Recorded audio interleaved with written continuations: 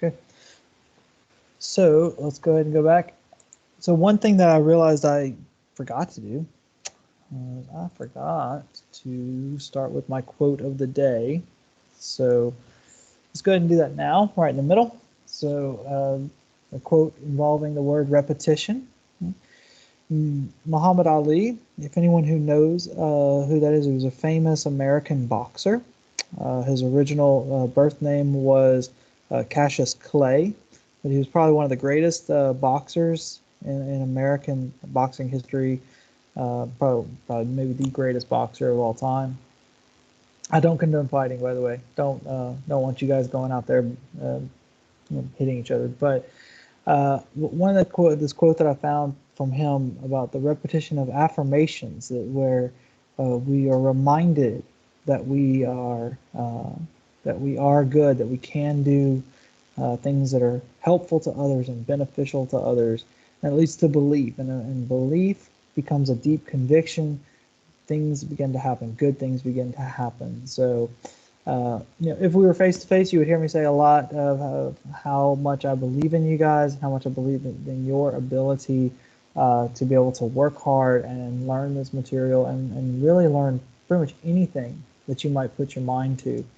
And it's because I believe that's true, and I want you to believe that's true, and I want you to have a deep conviction that you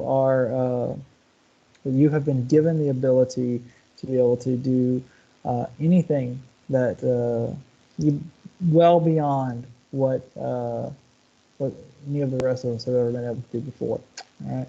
Well, some of you guys are going to be the next, maybe the next Steve Jobs or Bill Gates or whoever, whoever you want to be. You guys are going to develop stuff that we never thought possible, that we don't even understand today. All right. So, but let's move on as far as some of the stuff here. So we talked about this idea of where a couple of different formats of this loop, where you could have a statement that's also something that modifies the iterator and that moves it towards its false condition. We have a statement inside of it. So this is kind of an entire loop all contained in one line. We don't do that very often. Part of the reason why we wouldn't do that very often is it's confusing. We don't really understand, like we can't look at that very easily and figure out what's going on. One thing that you will hear me say a lot, that my students hear me say a lot, is your code is going to be read a lot more than it's written. And what that means is that you will spend some time writing your code, but more than likely through maintenance, through other people looking at your code, in this class, for example, through myself and through Taha Hoja grading your code, we will read it. When you get into the future and you have a job, you'll have teams of people that you work on where they will read your code. One day you might leave your job and find a better job, and someone that comes behind you will read your code and have to maintain your system. So we want to make sure that it's understandable. So even though this might look efficient, and it is, and it might look like it saves lines of code, which it does, it's also a little bit confusing about what it does. Okay, so we could reword this or rewrite this in a way that is much easier to understand if we simply put this print line statement inside of the loop instead of making it part of the action after part. Okay. Here is another example of something we can do where we start with I is 0, j is 0, where we have a double initialization where two variables are initialized. Again, a single Boolean check, but then two things that advance that as well. Two things that advance I and j. This is possible. There's nothing wrong with this. This works. We just don't use it very often because usually we want to have one variable that drives, that is the iterator, the one that drives the condition for whether or not to continue in the loop. Okay. Now, if any part of the for loop, this three sets of things, this initial action, this Boolean check, this post loop action, this after the loop action thing. If any of them are left off, that's okay. It can be blank. It just means nothing will happen there. So in this particular situation, though, if this middle thing is left off, it just gets seen as true. So these are the same loop, basically. This for loop, nothing before, so nothing before, nothing after, so nothing after, and just true in the middle, so true over here. Okay. So this loop, these two are about the same. These two are effectively do the same. Okay. However, again, this can be confusing. This is less confusing. So you go with the less confusing option in this situation. Another caution, there's a few cautions here that we're going to go through. Okay. If we add a semicolon at the end of a for loop, the loop body, okay, this kind of just becomes this statement. Right? So what's going to happen here is instead of going inside of the loop when this is true, this will just see nothing, no statements as part of the body of this loop. So what will happen is I will be 0. Is I less than 10? Yes. Okay, don't do anything. I plus plus I becomes 1. 1 is less than 10. Yes. I becomes 2. 2, 3, 4, 5, 6, 7, 8, 9, 10. I plus plus becomes 10. We then check, okay, is I less than 10? No. So we pop out of the loop and we try to execute this line. Now, there's a little bit of something wrong stated here, and I'm going to tell you what it is. They call this a logic error, and the truth is that, yes, this is this semicolon, this single thing right there, the semicolon, is a logic error. There's nothing wrong with the compiler in this. However, this logic error causes a compiler error because now we have this variable we're trying to use that's inside of this loop and doesn't exist outside of this loop, but here we're trying to use it outside of the loop. So this will result in a compiler error. Okay, so the semicolon is a logic error, but it causes a different error. Okay. Here's another example of a logic error. Now this one won't cause a compiler error because the I here, the variable, is initialized, is declared outside of the loop. So we can use it inside, that's fine. So we can use it inside or outside, that's fine. Right? But this semicolon then results in this loop being seen as a statement. So what will happen? I is 0, while I is less than 10. Is 0 less than 10? Yes. Do nothing. Go back and check again. Is 0 less than 10? Yes. Do nothing. Go back. 0 less than 10? Yep. No, so what is this going to end up happening? It's going to keep going on forever or infinitely. So we would call this an infinite loop. All right. Now, just so that we can make sure that everything is very confusing, the problem with that is in a do-while loop, we do have to have the semicolon. The semicolon on the end of a while loop, on the end of a do-while loop like this, tells us that this is where the loop ends. Okay, this is not part of some future while loop. This is the end of a do-while loop. So what would happen here is if we had a while with a semicolon, it's going to say, okay, what that means is go back and look for a do. See here, goes back and looks for a do, but it doesn't find one. So it just keeps going. Here, it goes back and looks for a do, and it says, oh, I found one. Now I'm going to go. Okay. So we do need the semicolon on the end of a while for a do-while loop. Do not use the semicolon on the end of a while for a while loop. Okay. So the what was it called?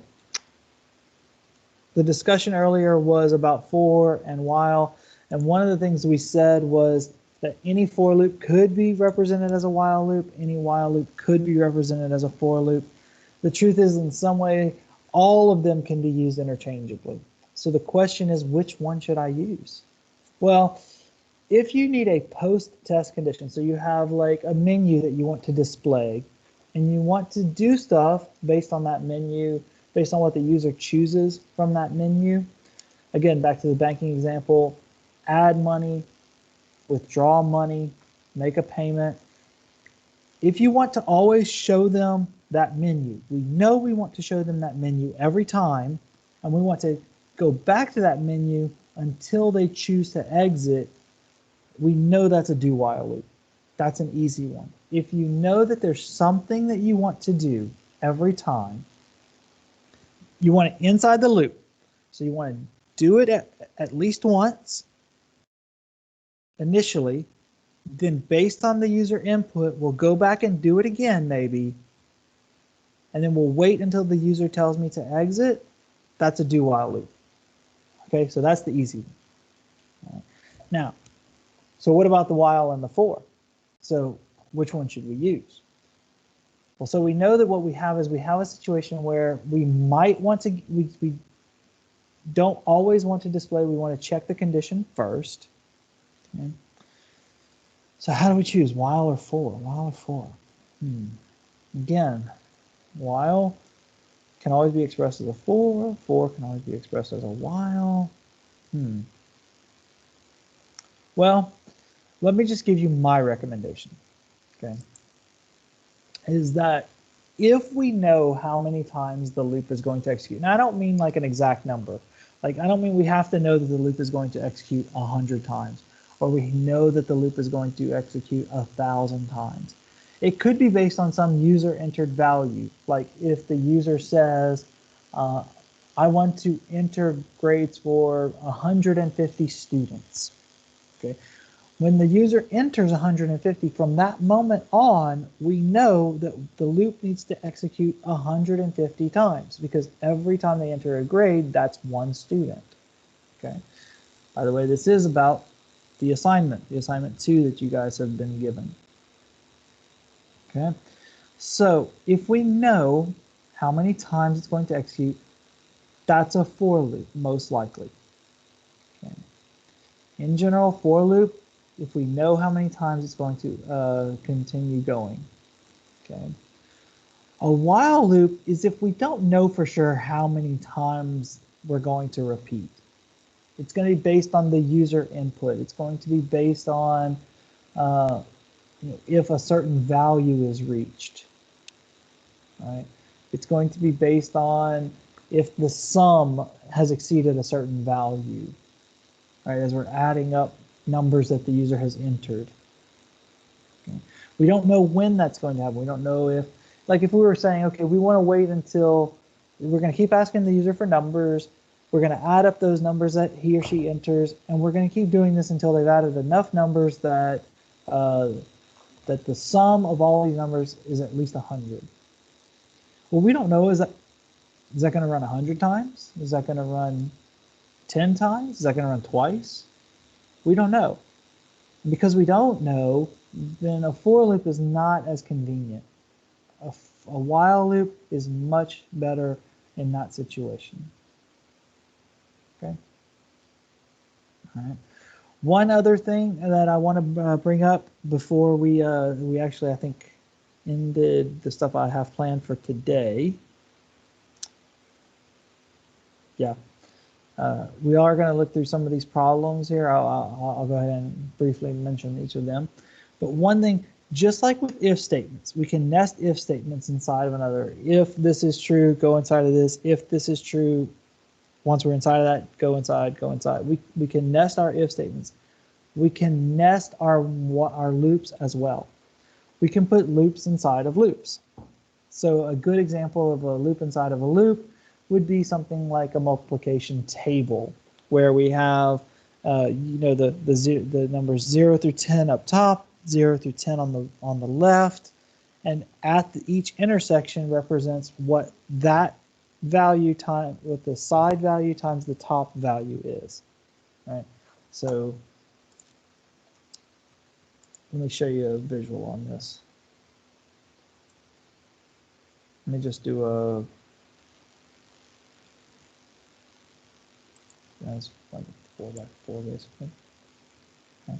So if we had 0, 1, 2, 2, 3, 0, 1, 2, 3, and we wanted to display what the multiplication is, a multiplication table, right?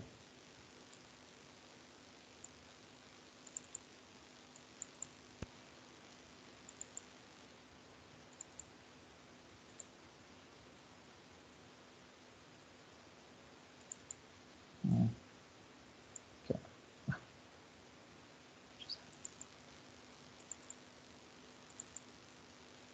All right, whatever.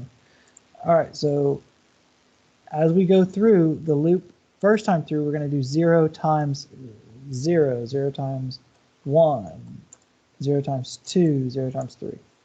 Right? Then the second time through, we're going to do 1 times each of these, 0, 1, 2, 3. Then the third time through, we're going to do 2 times each of these, 0, 2, 4, 6. Then the fourth time through, we're going to do 3 times each of these, so 0, 3, 6, 9. Right? So this could be done if we needed to display this, and let's say we, for multiplication, what do you want? Do you want a 3 by 10 by 10? You know, what do you want? Then we can do a loop, right? A loop to get the first row, and then we will do that loop to get the first row n times, right? We'll do a loop to get this row, then we'll do a loop to get this row, then we do a loop to get this row, or the easiest way, as you would see if you look into this code, would be that you do a loop inside of a loop. So we do this, where this is our value times each of these, this time, this time, this time, this time, and we can have a loop inside of a loop to get that done. Okay. We will also talk about the whole floating point thing. I'll show you an example involving that.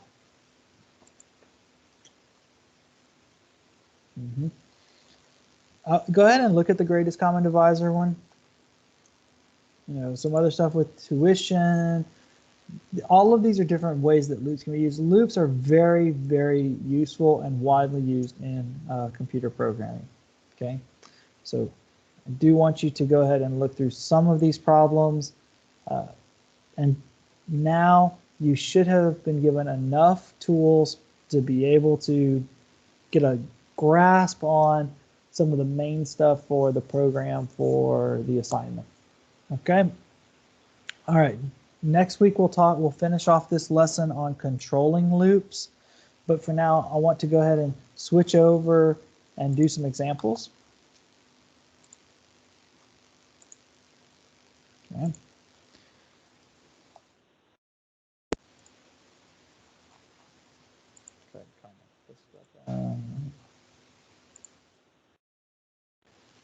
All right, so let's first do this whole repeat addition quiz.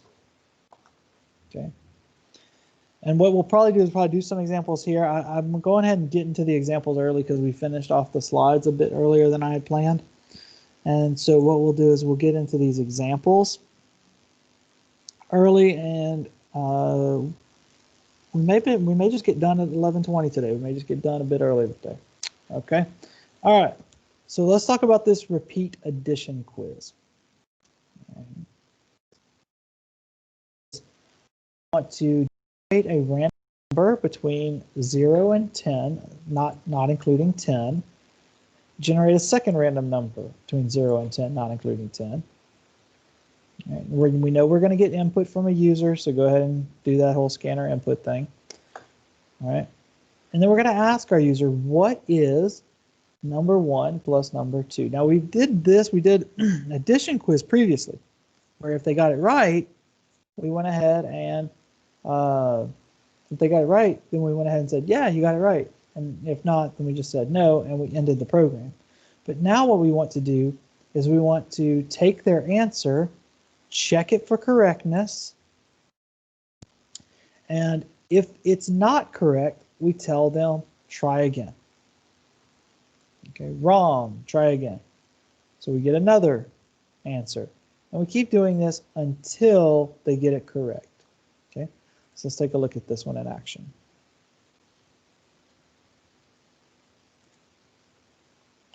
Okay, so our random number 1 is 1, our random number 2 is 4. What is the sum of these? I'll go ahead and give the right answer just to show what happens if we don't even get in the loop at all.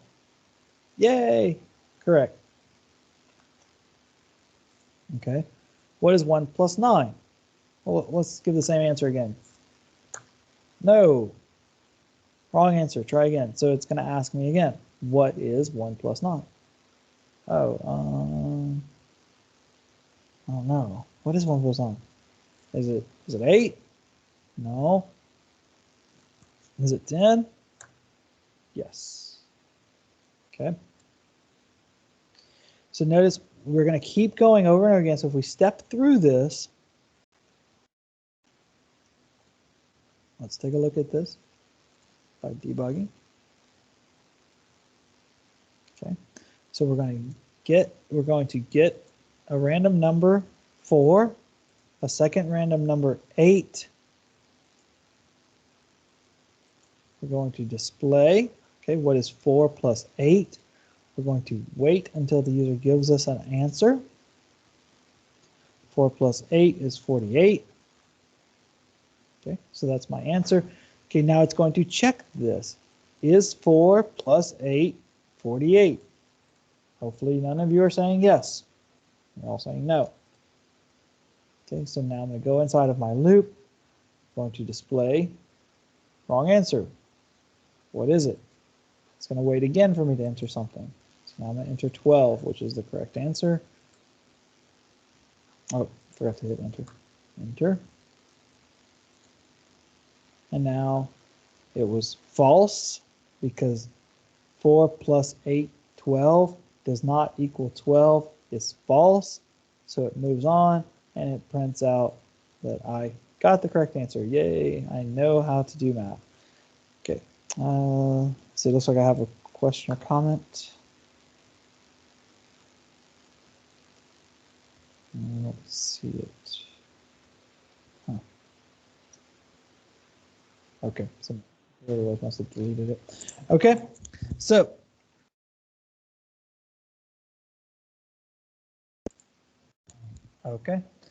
so let's take a look here at, let's see. We want to first start with this idea of guessing the number. So we're going to generate a random. Let's take a look. It was a random number 0 to 100, including both. So it could include 0, it could include 100. So how do we do that? There's some blanks missing here. I need to remember how to do this. How do I do a random number from 0 to 100?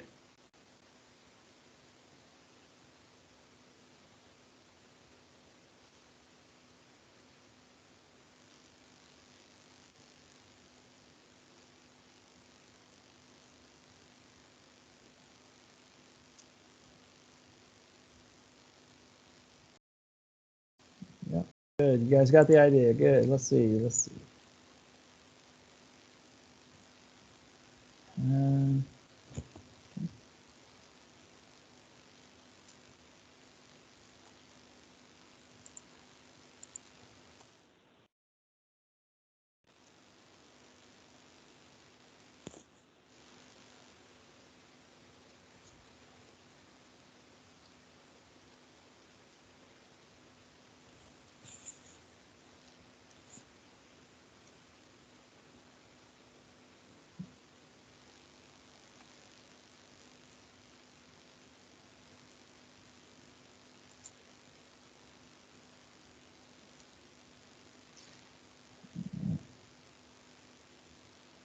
Looks like one of you guys figured it out there. Yeah, a couple of you guys are picking up on it.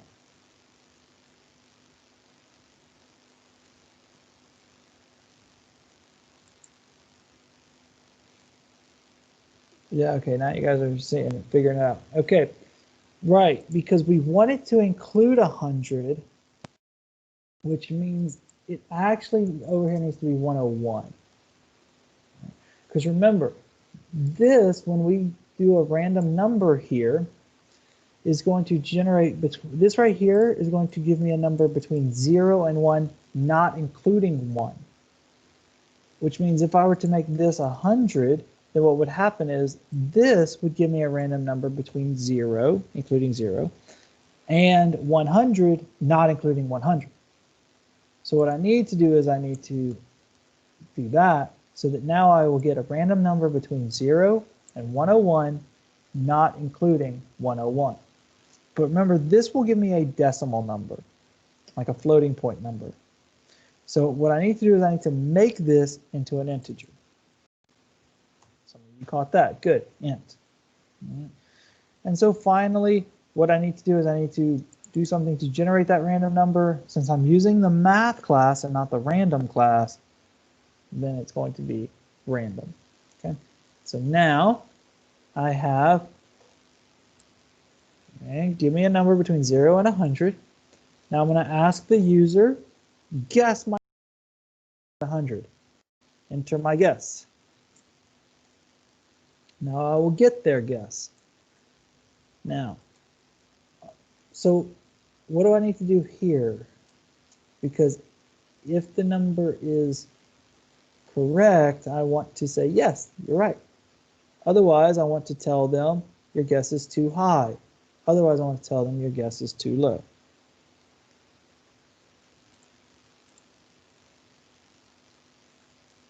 Yeah, easy one, right? This is a pretty easy one. Yep.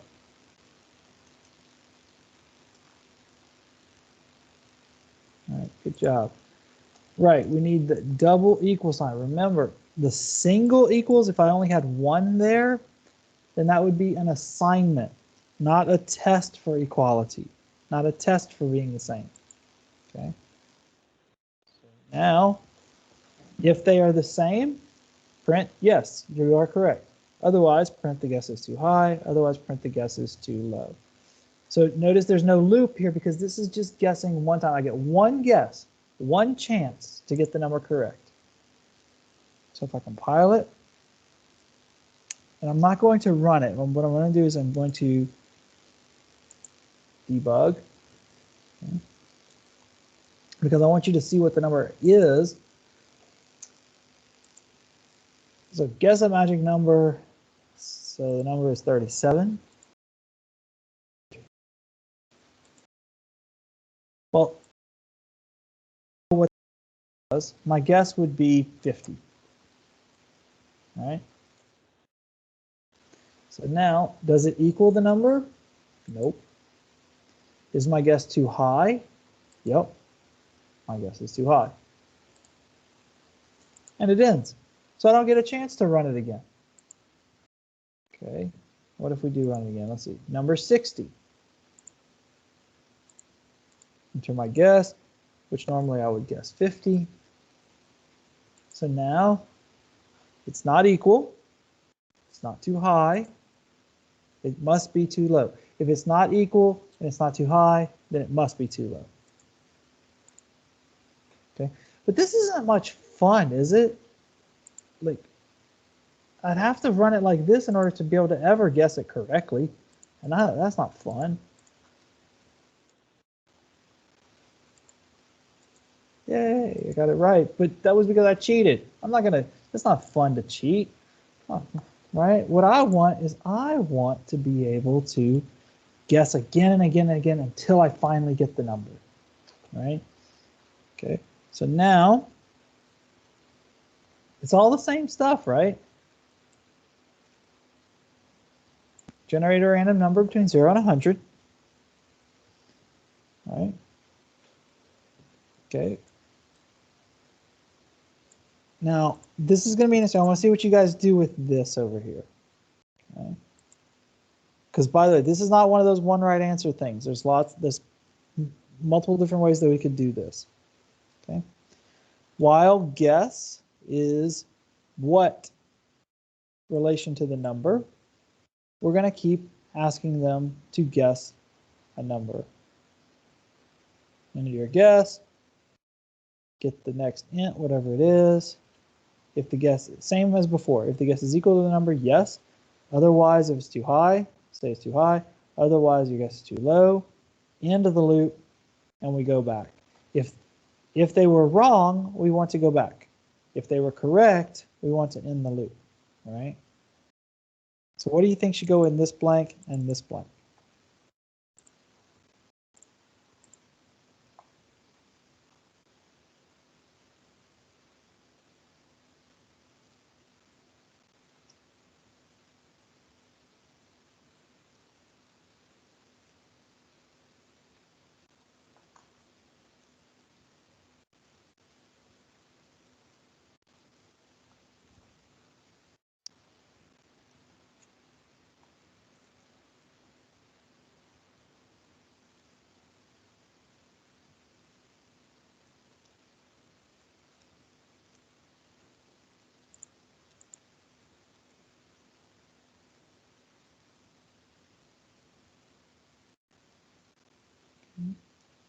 A lot of you are saying the same thing with this next int, using the next int.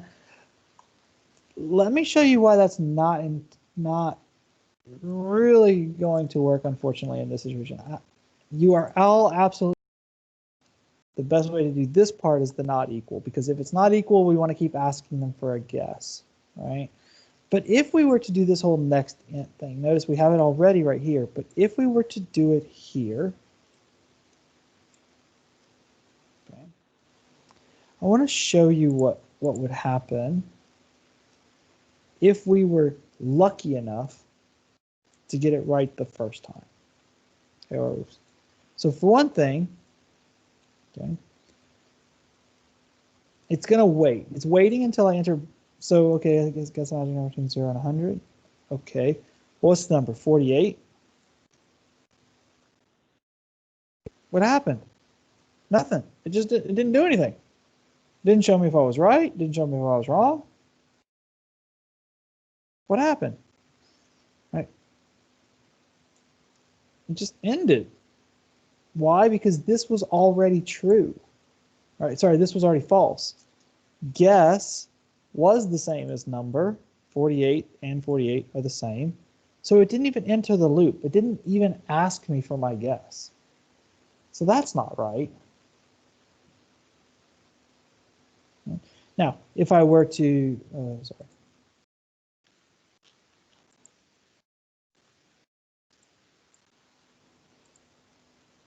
Let's see.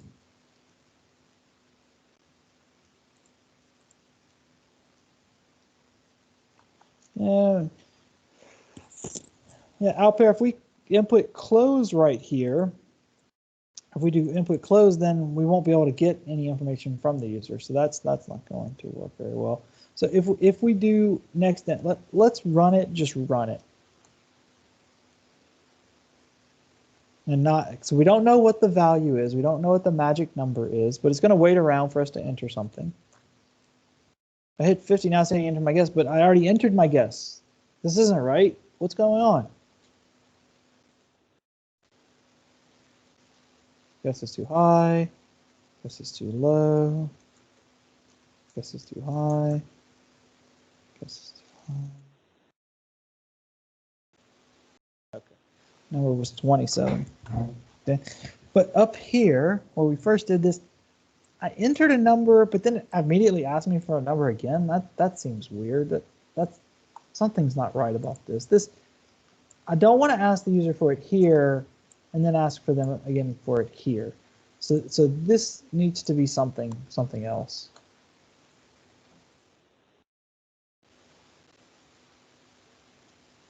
But then we can't get any more input after that. Okay. Yeah. Okay. So give an initial value, but so we want to make sure to get into this loop to ask them for a guess, right? So we want to make sure that how do we know for certain that we will get into the loop?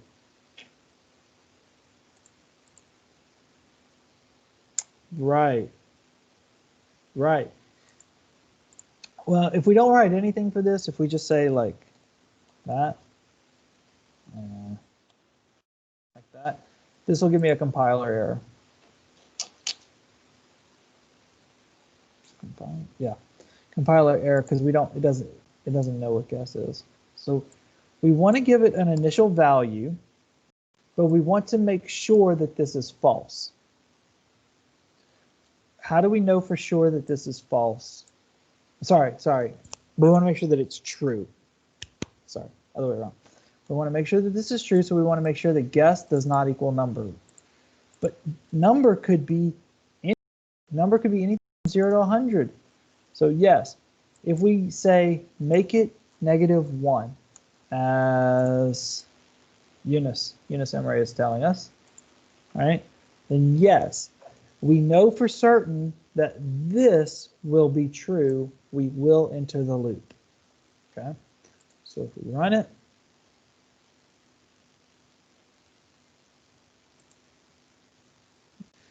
okay, good. I've asked them to enter my guess. Now I go 50, too high, 25, too low. Let's try 27 again. That's what it was before. Nope. 35, 40, 45, 48, 49. Right. Much more user-friendly, much more understandable what's going on. I didn't ask for this input before. Okay. Notice, however, though, that one thing is we had a situation. Okay, we could give a negative value, or we could give a value like 101, 102, 200, 1,000. We can give any value to guess that is not between 0 and 100. All right. Okay. But notice one thing about the nature of this loop. We forced it that it would always go into the loop at least once. Okay. So does it seem like the while loop may have not been the best choice on how to do this?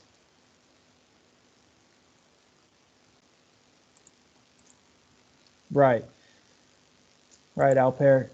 If we do a do while, this would have been possibly better done as a do while, where we say do, get them to enter their guess. Then at the end of the loop, have the while they're not equal, keep going back. Okay, so if we change that up a little bit, so take this, take that out, and make it a do.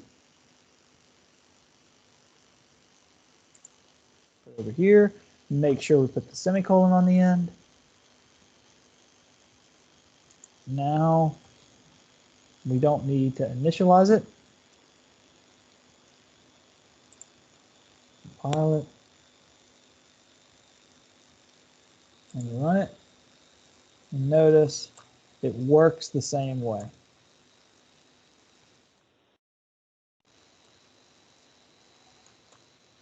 Wow, it's very low. Number was 1. It took me a while to get there. All right. So notice it works exactly the same way. Right?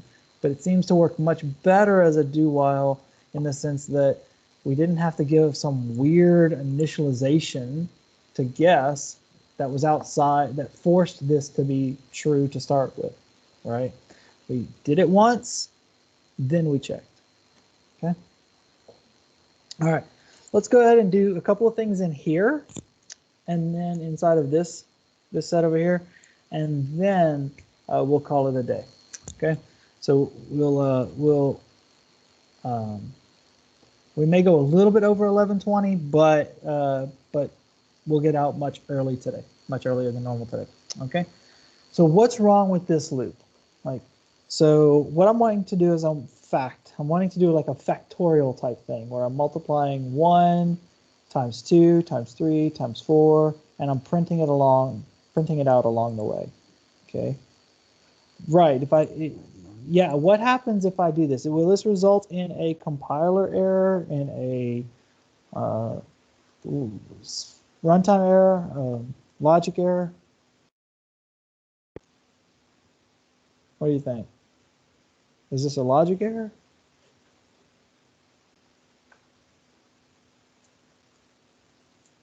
Right. So an infinite while loop is an example of a logic error. Notice I compiled it, fine. Click run. Nothing's happening. Nothing's happening. Just wait.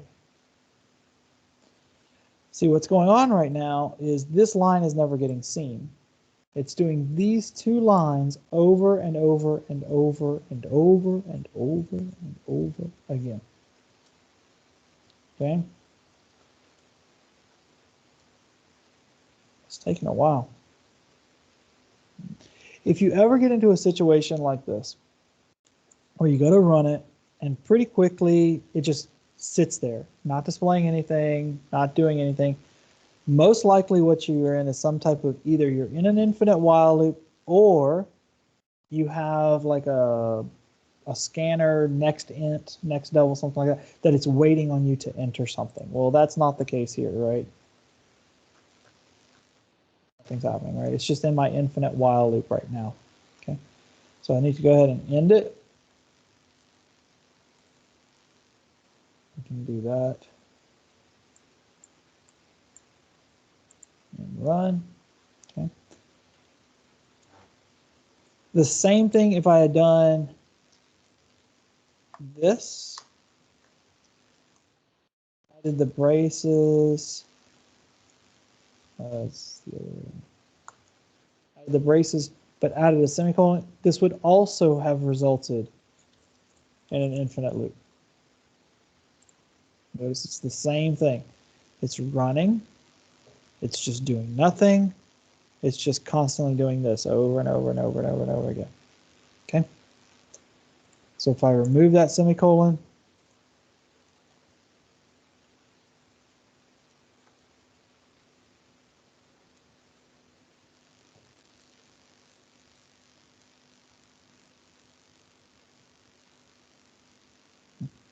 and now, oh, I already compiled it. And now I can run it, and it will display the factorial 1, 2, 6, 24 until I is 5, at which point it will exit. Now, what if I were to say this system dot out dot print line? What's the final value of I? Build this, compile it, and run it. You know, the final value of I is 5. It's whatever the value of I made this false. Okay, so 5 is not less than 5, so therefore the final value would be 5 here. Okay. All right, so I do want to talk through how to end a loop based on a double, based on this, floating point value. Because remember, the problem that we had here was, so we want to add up the numbers 0.1, 0.2, 0.3, 0.4, and so forth, as long as val is less than 1. Now, here's the problem. Let's debug this. Okay. So let's take a look at what the values are over here. So val is 0. Right. The total is 0. So we're going to add 0.1 to it. Add 0.1 to it. Oh, we've already got something weird here, right?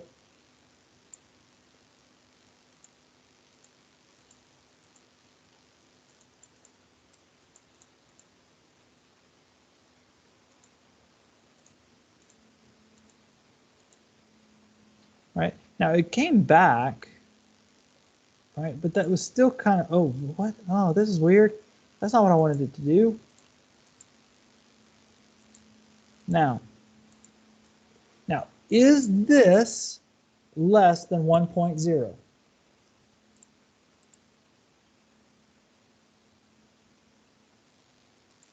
Okay.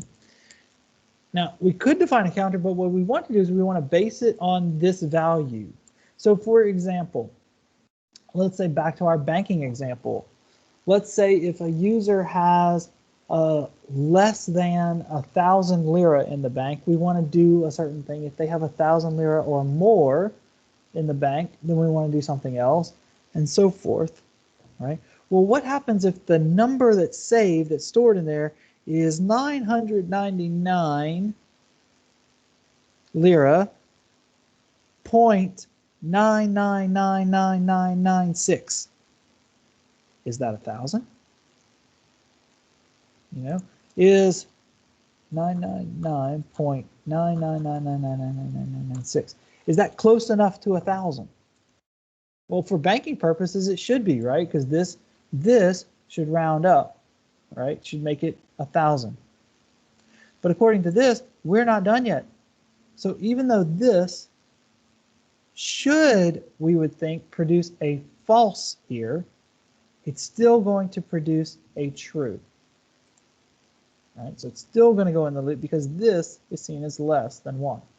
Even though for all practical purposes, it is 1. Okay, so what can we do?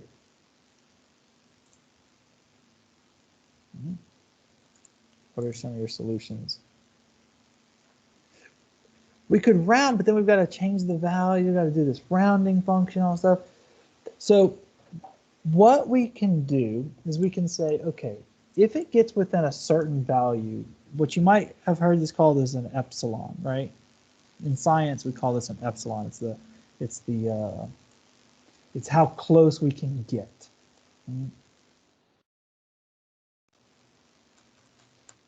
Let's say 10 to the minus 1, 2, 3. Let's say 10 to the minus 6. If we get within 10 to the minus 6 of our value, then we want to say, yeah, that's close enough. Okay, so in other words, this would be seen as 1,000, right? 1.000000005 would be seen as 1. 999999996 would be seen as 1 also. Okay.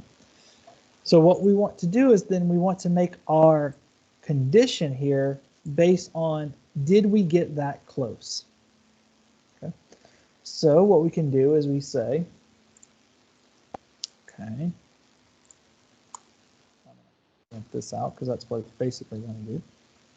It's a bit confusing, so this is why I wanted to do it in person. I wanted to explain it to you. Let's figure this out.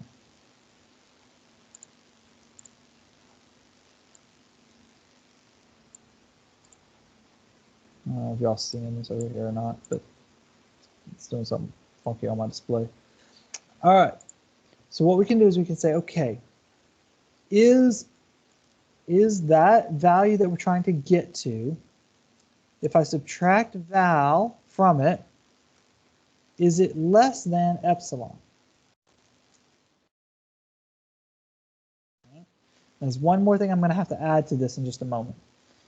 But basically, so if my value, this 1.0 minus my value is less than epsilon, yes. Okay. But what about this? 1 minus value less than epsilon. In this case, it would be negative, though. All right, so we want to make sure that if it's negative, we want to make sure that if it's on the other side. Right? We want to make sure, regardless of if value is slightly above or slightly below epsilon, right? Slightly above or slightly below our final value, we still want it to, we want both of these to result in the same idea here, right? So there's a couple of different ways we can do this. We can either say 1 minus val is less than epsilon, or val minus 1, 0 is less than epsilon. The problem is if either of these is negative, right, that could be a big problem, right? Because what if val was 0.5? 0.5 minus 1.0 is less than epsilon, isn't it? That's not good. right? So what we really want is we want this. I think somebody may have already said it over here.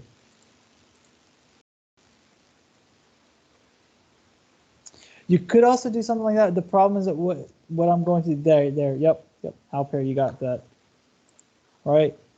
If we take the difference of these two and we take the absolute value of that, right, then we know it's going to be a positive number. And if that positive number is so small that it's within this epsilon, that it's less than this epsilon range, then we say it is close enough. Okay, it's this, if it's less than 10 to the 6th difference, we know that this is close enough. Okay, now let's see if this ends when this reaches 0.99999.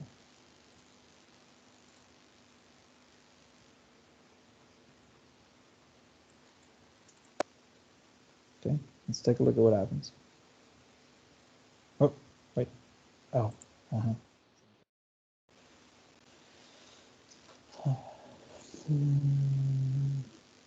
oh, forgot my curly brackets. And I'm just making a bunch of compiler mistakes here. Okay, so now we're going to see. Now let's see what happens with val. So notice epsilon has this 10 to the minus 6th. So we're going to keep going until.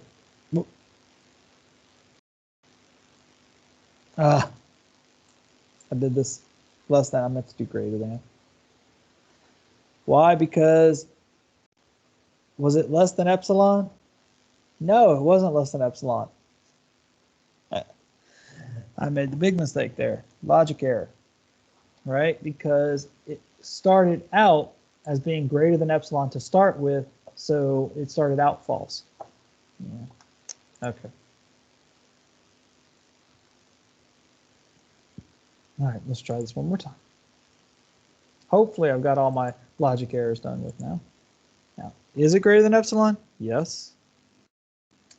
So now we're going to keep adding until we get some crazy values, right? See if we can spawn. Yep, good. That's what we want. Okay. So now val is this. We want this to be seen as 1.0, close enough. So we want the loop to end here. We don't want to add another 0.1 to it, right? We want the loop to end here. Let's see if it does. And it does. Okay. All right. One final thing I want to go through with you guys, and then we will call it a day. So we'll get out of here probably about 11:35, something like that. All right. Is a loop always the best? Actually, you know what? Let me leave this for a take home. Consider this, okay? If what we wanted to do was we wanted to have the user enter a number, say n, okay? So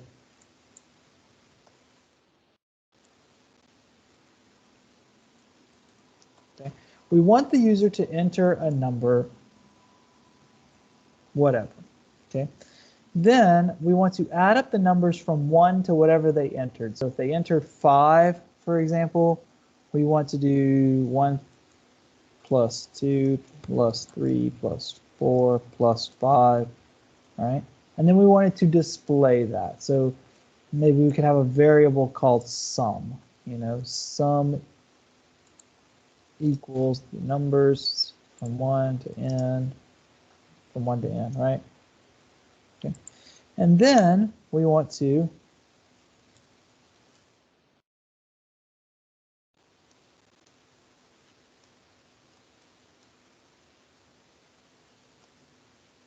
display what the total is.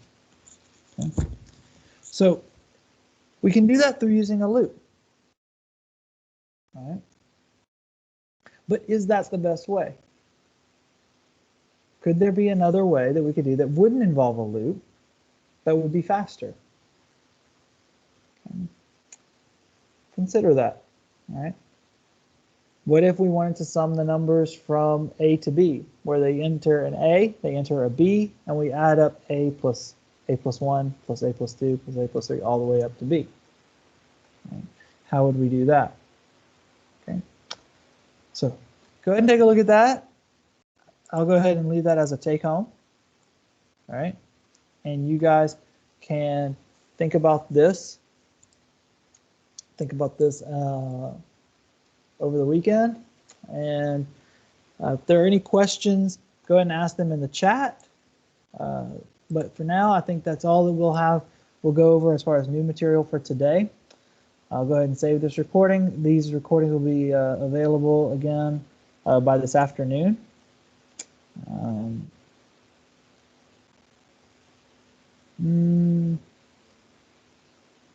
I don't know if there's a difference between those two.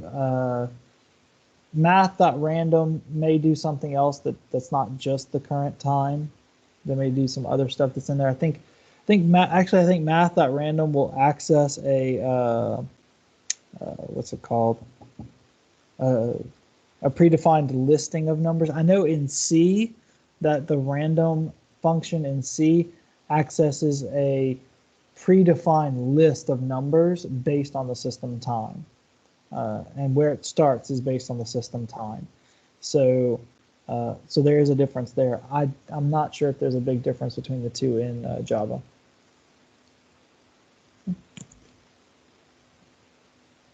Any other questions? Nope. All right, guys. Well, thank you. And like I said, you can go ahead and start kind of thinking through the assignment, through how you would use a loop or more than one loop, honestly, through the assignment. And next week, we'll talk about methods. So at the end of next week, you should have all of the tools that you'll need to be able to complete assignment 2. All right. So for those of you going to lab, go have fun doing loops in lab on Tuesday. And for the rest of you, I'll see you in a week. All right. Have a good afternoon and have a good weekend.